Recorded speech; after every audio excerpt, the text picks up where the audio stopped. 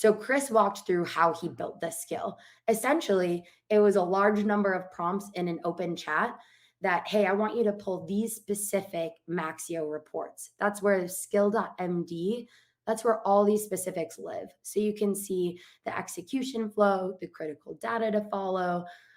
And then here he's got, what reports do I want it to pull from? So he didn't just give the report name when he set up this skill. He also included like the specific links to those reports. So you can control what reports it's pinging out of Maxio that you're using most or that you want to pull from, depending on your role. And then he wanted it to be repeatable. So that's why he created this skill. So at the end of his chat, he was like, take this information and make it a reusable skill. It saved it as a skill, and that's where we are today. So if I am going in and I already pre-populated this, because it can take like 3-ish minutes to populate. So all I did was type in the skill. I'll show you here. So if you go to the plus sign in a new chat and you go to skills, that's where you see Maxio briefing. All I did was click on this and click run. And that's how I got to here. So when you click run, it triggers that skill.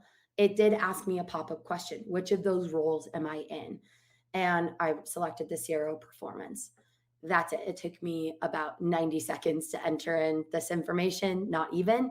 And it goes through its analysis. It starts pinging those reports out of Maxio. Now, I want you to know, like, if you're thinking, I don't want all of my, revenue information living outside of Maxio, it's not. It is more of a API call. So just like you would use a BI tool, this is authenticated.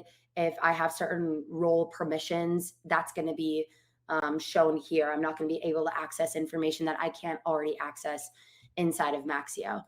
So it's pulling this information and it's giving me like the 3 key overview items. But what's cool is it pulls up this dashboard. So here's the dashboard that it created based on the skill that Chris had already created. So again, the information that I'm looking at here is relevant to my day-to-day, how I'm reporting things to the board, conversations I'm having. And that's why this is so cool for, leaders in sales to be able to access as well.